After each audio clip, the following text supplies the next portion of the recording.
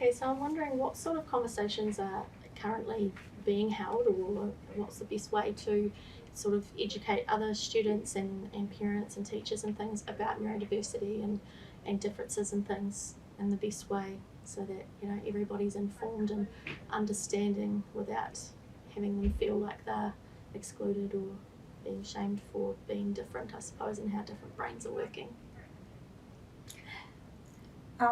Schools celebrate difference in lots and lots and lots of ways.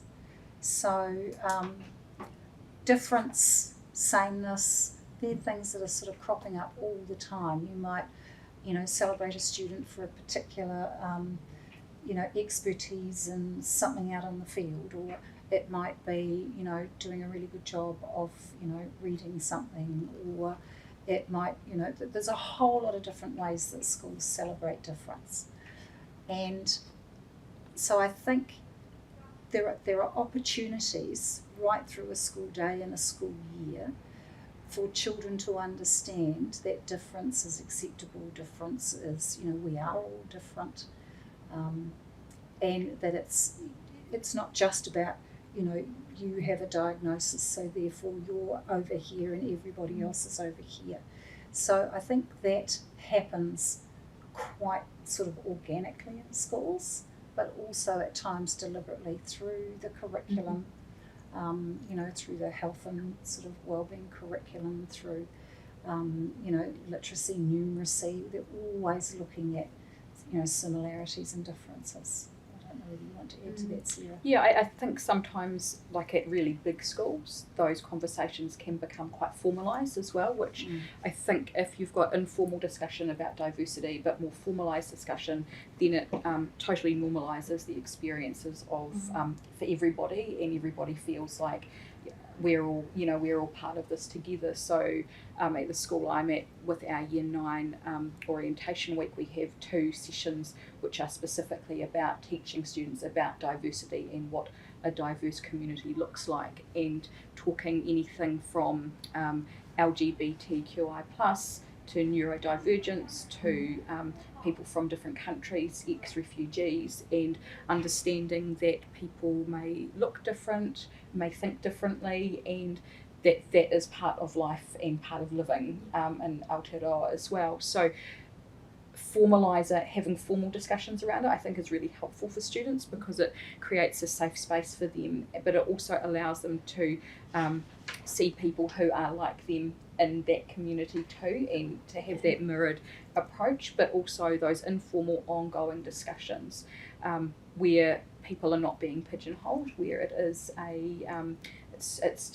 it's who we are. We are all different, we are all diverse, and accepting that as we are all part of this community together. Sometimes it can be helpful for teachers to have that conversation with individual parents, perhaps, if perhaps an individual parent has a child who's having little stumbling blocks around those issues themselves. Maybe the parent needs a little bit of quiet one-on-one education around that too. That can be really helpful as well. But I think most of the time it's taking place in the classrooms in lots of small ways. And I think that's probably the most important part, that it's always ongoing, it's always a discussion, and then sitting beside, understanding that this is actually who we are as a school or as a community too, so that people understand this is what we do here. Sometimes there may need to be a conversation with a class or with a group of students around something quite specific, for another student, and I think that needs to be done in a with consent from the family, and in a very empathetic and understanding way. And it might be, for instance, talking through how to interact in a social situation with that particular student if they have, one way of dealing with things and the rest of the students are finding that difficult. Or it might be around how do you support that student because they may have a sensory issue that at times impacts the way they interact with others. So I think there are opportunities, or there may well be times when you do need to do that, but you do that in a very empathetic way with the consent of the family. And often without that student there, or it may be that the family decides that it would be useful with that student there as well, so that you've got their voice. And sometimes the student might want to be the person that That says talks those about it. things. I think in a primary school context it's very similar, celebrating difference and celebrating things that are the same. But teachers will often use picture books or novel studies to kind of share about diversity in a context that's not right in the school, so children can draw parallels, and that's quite helpful.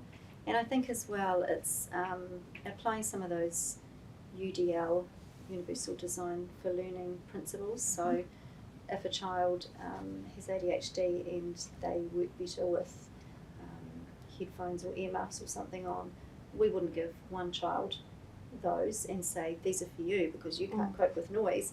We would put 6 pairs in the classroom and say these are for the class. And of course everyone wants to use them in the beginning, but then the people that end up wearing them are the ones that actually benefit from them. So instead of trying to create difference, it's about normalising things as well. Not just this child needs to go out for a run, this big group need to go out for a run, that kind of thing.